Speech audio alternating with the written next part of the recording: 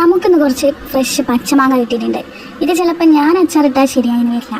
അപ്പം നമുക്ക് ഇതൊന്ന് ഉപ്പിലിട്ട് നോക്കാം. എന്തിനാ വെറുതെ റിസ്ക് എടുക്കുന്നത്? ഇപ്പം പോയാലോ, വാ.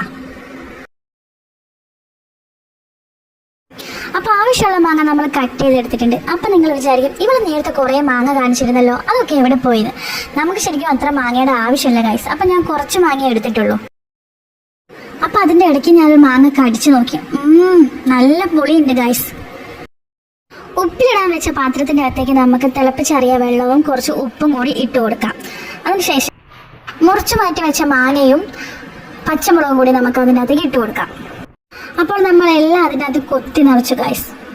അതിനുശേഷം കുറച്ച് തിളപ്പിച്ചറിയ വെള്ളവും കുറച്ച് വിനീഗറും കൂടി നമുക്ക് അതിൻ്റെ അകത്തേക്ക് ഒഴിച്ചു കൊടുക്കാം ഗൈസ്. ഇനി ഇതൊന്ന് നമുക്ക് ടൈറ്റായിട്ട് അടച്ചു കൊടുക്കാം. ആ വിനീഗറും മുളകും ഉപ്പും എല്ലാം കൂടെ ഒന്ന് മിക്സ് ആവട്ടെ. 2 ദിവസം കഴിഞ്ഞാലാണ് ഇത് നല്ലോണം ഒന്ന് ഉപ്പ് പിടിച്ച് വരിക. ചിലപ്പോൾ ഞാനായതുകൊണ്ട് ഇന്ന് രാത്രി തന്നെ ഇത് തീരാനും ചാൻസ് ഉണ്ട്.